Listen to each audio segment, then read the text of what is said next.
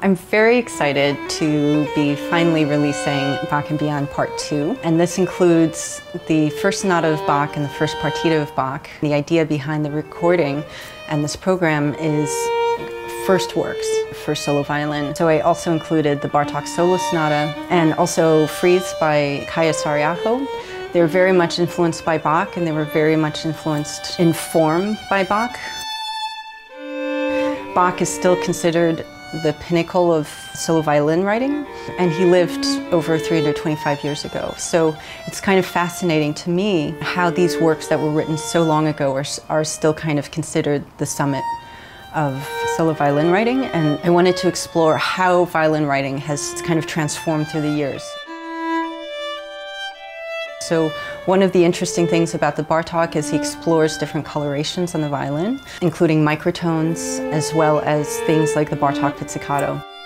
For me, what was exciting about Kaija Saariaho's works is that she stretches the violin even further. So what's interesting in Freeze is that the violin sound is actually processed while it's being created. So it's not just solo violin along with electronics. It's a process that's happening all at the same time. I've also dedicated this record to my very first violin teacher. For me, it's about looking back at those first inspiration points that made us into who we are as musicians and as composers.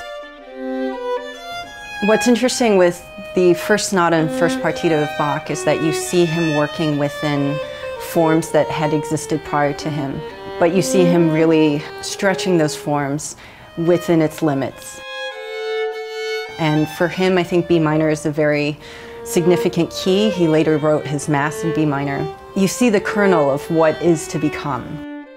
And I think that's what's exciting about this CD. For all of these composers involved, you see the beginning point, you see who they are, but you also see who they will evolve into. So I hope everyone enjoys this recording.